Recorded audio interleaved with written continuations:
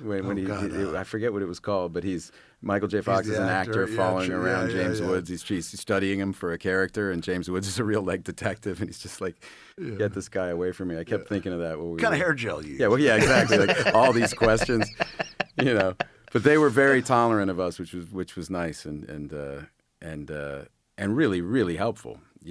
Because it's always details. It's always details. It's like, how fastidiously do you kind of mine for those details? Because I've always been convinced that, like, an audience, it's like you were saying, they don't analyze why they don't believe something. They feel it. They just don't believe it. Yeah. And it's usually because those details are, you don't get those. And that's the only thing. Like, I'm not great at imagining something. Let's invent this. I was just saying, everything that I've done, like, that I like, has been a result of something I found in research. Like, for the town, I went down and just went through all the prisons, out there in Massachusetts, federal prisons, state prisons, and sat down and talked to guys who robbed trucks and banks.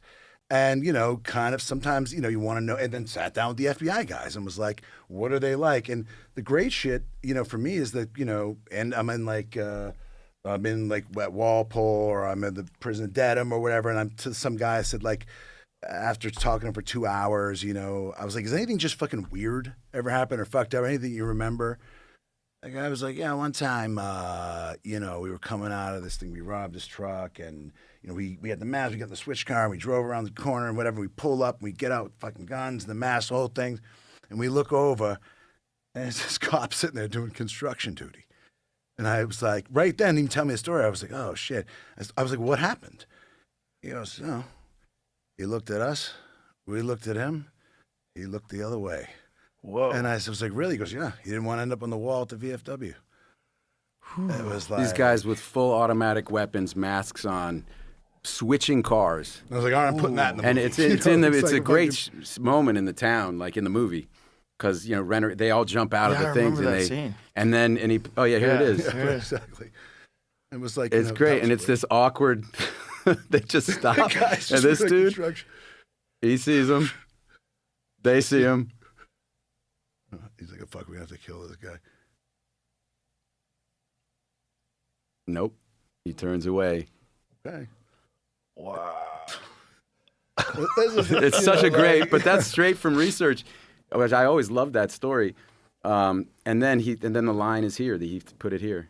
And one on up at the wall of the VFW. Yeah. Wow. It was a great, It's a great line. It was such a simple explanation for what do you think he did, and why, like, and that's exactly what it would have been.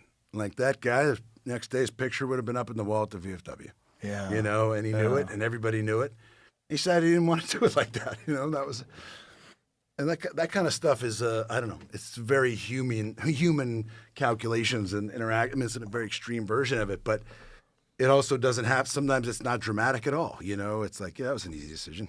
And the guy never says anything. No, I didn't say anything, and kind of can't really blame him, It's, yeah.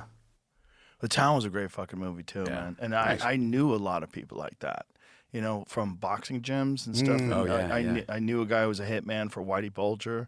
Really? I knew a guy who's a friend of a brother of mine who went to jail for murder, for killing people. Yeah. What town did you grow up in? I lived in Newton. You did? I grew up I lived in Jamaica Plain for a little while, and I lived in Newton, but I spent a lot of time in Boston because I was fighting. Right. I was mostly training, and so I was around a lot of these, like, very shady characters who were in the fighting world, and a lot of them had backgrounds in crime.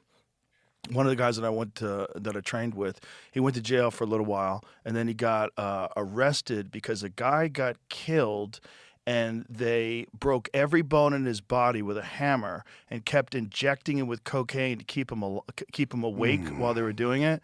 And then they cut his hands off and cut his head off. Jesus. And this guy that I used to train with got arrested for that.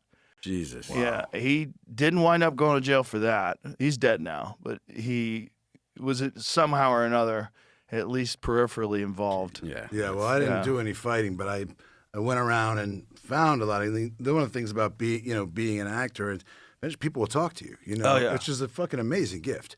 Even if somebody's like, oh, yeah, I killed guys.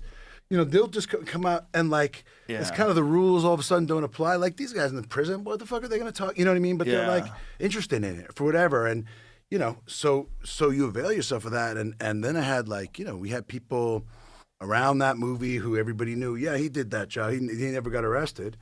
And so, like, yeah, people, meet, and talk to him. And it's interesting because such a good lesson for doing this job, which is that they're never how you think they're supposed to be, like the murderer person. Right. There's always something a little.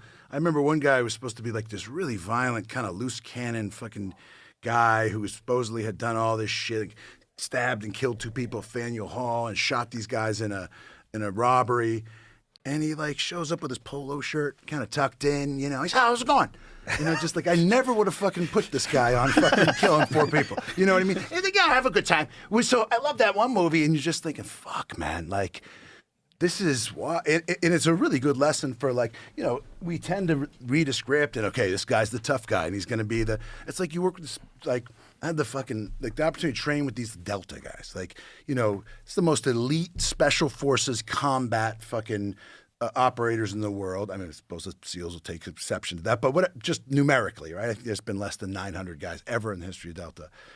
You meet them, and they're not the biggest guys. They're not the toughest guys. They're not trying to fucking be hard. And, they're the most relaxed, at ease.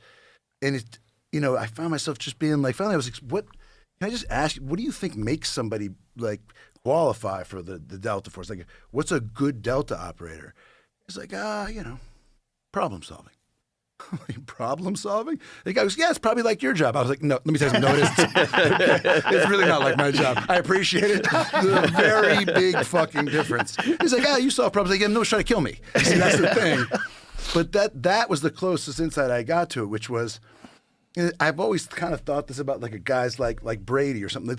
There's guys that just don't get tight, and that they are kind of able to problem solve when the problem is like, well, that helicopter's crashed and we're 200 miles inside Afghanistan and we're outnumbered fucking 6-1. How do you think we should get home? Like, just having your wits about you to make that calculation while, by the way, you're in a fucking gunfight and things, I'm sure that does because those are the people where I'd be in a fucking panic and not have no idea what to do.